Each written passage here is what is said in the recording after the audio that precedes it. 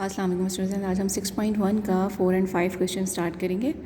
4 question तो just like वैसे ही है जैसे कि 1, 2, 3 आपने किए हैं। जैसे कि इसमें मंथली इनकम आपके पास गिवन है 750 रुपीज़, मंथली एक्सपेंडिचर आपका 630 रुपीज़ है। तो जाहिर सी बात है सेविंग मालूम ही इसी तरह से होती है कि आप इनकम में से अपने एक्सपेंडिचर यानी कि अखराजात को अपने माइनस कर देते हैं तो आपको पता चल जाता है आपने सेव क्या किया। अब सेविंग के ऊपर आपने परसेंटेज मालूम करनी है इस क्वेश्चन के अंदर।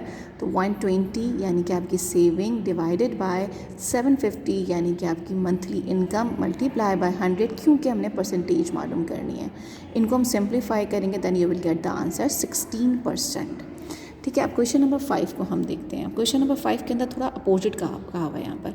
और व्हाट नंबर मीन्स यहाँ आपको टोटल नहीं पता। Of what number 9 is 20%। और यहाँ पर 20% आंसर जो हम अभी तक फाइंड आउट कर रहे थे ऑलरेडी गिवन है, 9 भी गिवन है, लेकिन हमें टोटल नहीं पता यानी कि डिनोमिनेटर जहाँ पे हम लिखेंगे वो पार्ट हमें नहीं मालूम।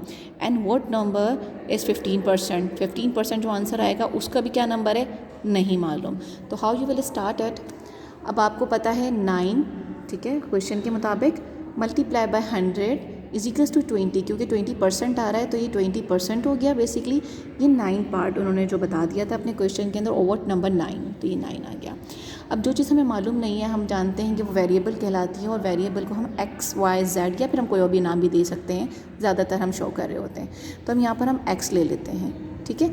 अब यहाँ पर हम आके क्रॉस मल्टीप्लाई करेंगे।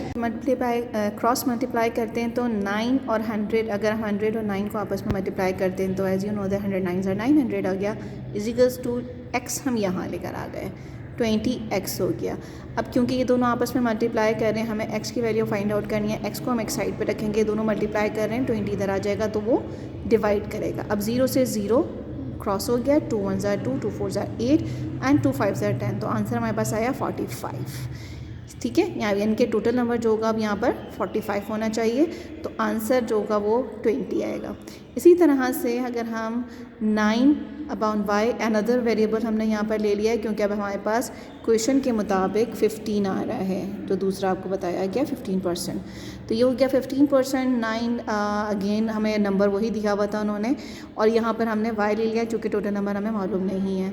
अब दोबारा से हमने वही किया, 900 इज इक्वल्स टू 15y, फिर y यहाँ पे रखा हमने, इन दोनों को हम यहाँ पे लेकर आ जाएंगे। 15 मल्टीप्लाई कर रहा था, यहाँ के डिवाइड करेगा, इसको सिंप्लीफाई किया हमने।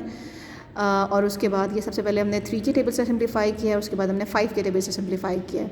उसके बाद यहाँ पर हमारे पास नंबर आ जाएगा 60। यहाँ पर हम परसेंटेज का साइन नहीं लगाएंगे क्योंकि ये हमारी परसेंटेज नहीं है, परसेंटेज तो यही थी जो ऑलरेडी गिवन थी, ठीक है। तो यहाँ पर हम 45 ही लिखेंगे और यहाँ पर हम y इज इक्वल्स टू 60 लिखेंगे।